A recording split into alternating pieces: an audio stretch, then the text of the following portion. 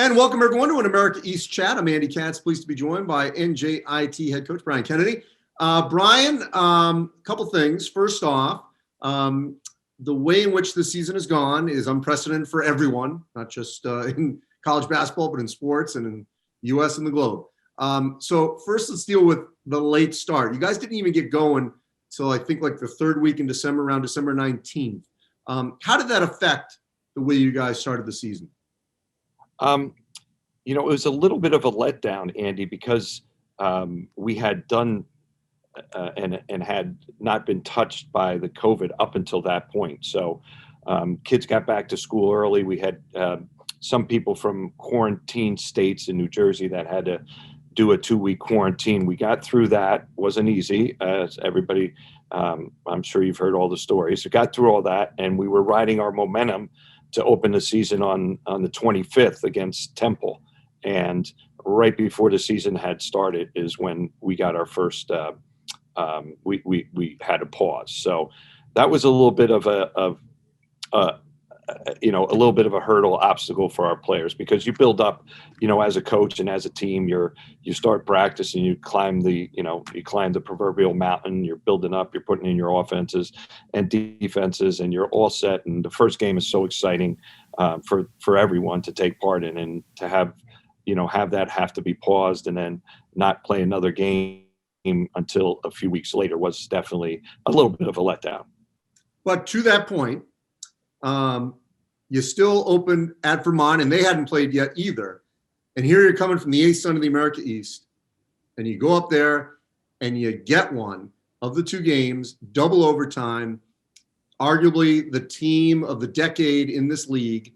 What did that tell you about, ultimately, despite all the craziness and chaos to get to that point, about the manner in which NJIT can be a real contender in the America East?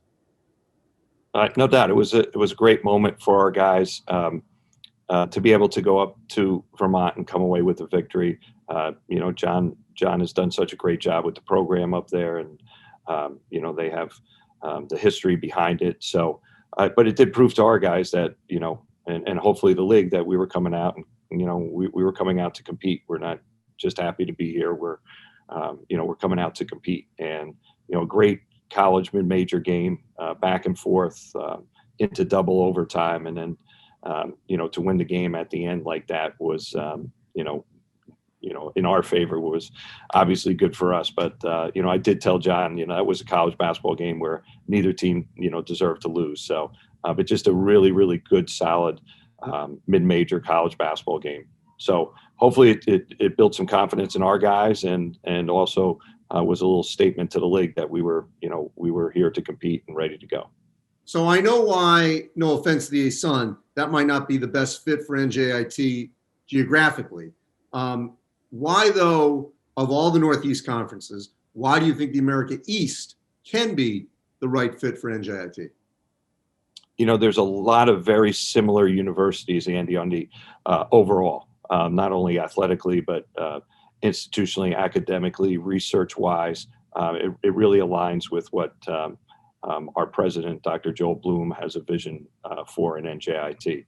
Great academic institution, a ton of research money that pours into it. So I think it really aligns well with the other universities that represent the America East, as opposed to maybe any of the other Northeast conferences. And it's usually when these things happen, there has to be one shoe to fall or this and that. It just, for us, it was a great opportunity. The ASUN is a great league, and great coaches in there, great administrators. We enjoyed ourselves while we were there, and it just makes more sense, from geographically and from a university overall standpoint.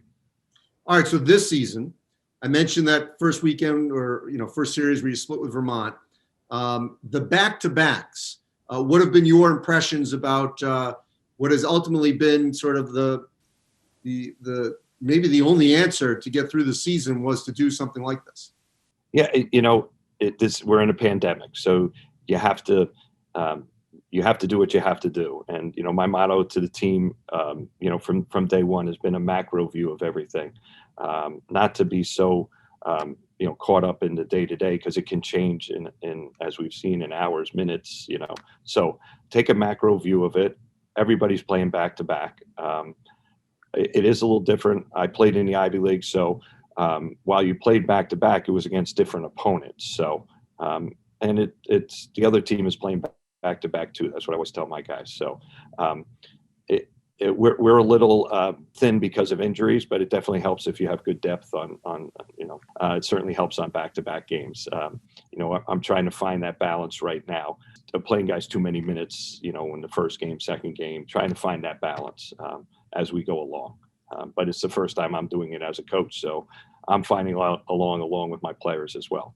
Zach Cook's obviously, he's an all-America East type player. He's putting up good numbers, but for NJIT to be in that mix, to be, competing for a top 4 seed in a month's time, what else has to happen besides Zach's production? I think Dylan O'Hearn has been a really important piece for us.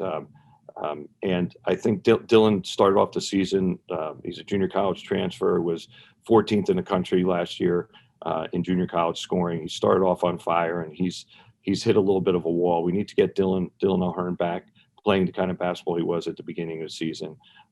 Miles Coleman, who adds great depth for us, he got the worst end on our team of the quarantine part. He spent close to 42 days overall since he's been on campus here, and then he had a high ankle sprain. So he's just coming back into our fold. He played some minutes against Albany, gave us some very good minutes against Albany, and then last weekend against Stony Brook, the first game, he played extremely well. So those two players are newcomers to our team. We need those two players to step up, and then our seniors, Zach Cooks, obviously. Zach had battled a little bit of strep throat through our UMass Lowell series and our main series. He's back to being healthy now. Need to get him shooting a higher percentage. And also San Antonio Brinson, who's kind of a little bit behind the scenes. San Antonio is a really talented player at 6'8", 6'9", can face the basket. And he's starting to come into his own. He's been steady for us. I need him to step up and be a little more than steady, if you know what I mean, Andy, as a senior, to try and get to that all, America East type player. When he plays well, we're usually a good team. Brian, appreciate it. And things overall, I think, are, going well as best as they can for you in this program, certainly in a new league in this unprecedented season. Stay safe, and good luck for the final month of the season. Thanks so much, Andy. And I just want to, if you don't mind, just really give a shout out to all the student athletes in the America East. Seeing what my own players have gone through, everything that they've gone through, just for them to be at this point, for everybody in the league, it's a trying time, but our student athletes have really stepped up and really represented their universities in the America East as a whole in a great manner. So my hat's off to the staffs, the coaches, everybody, but really the student athletes.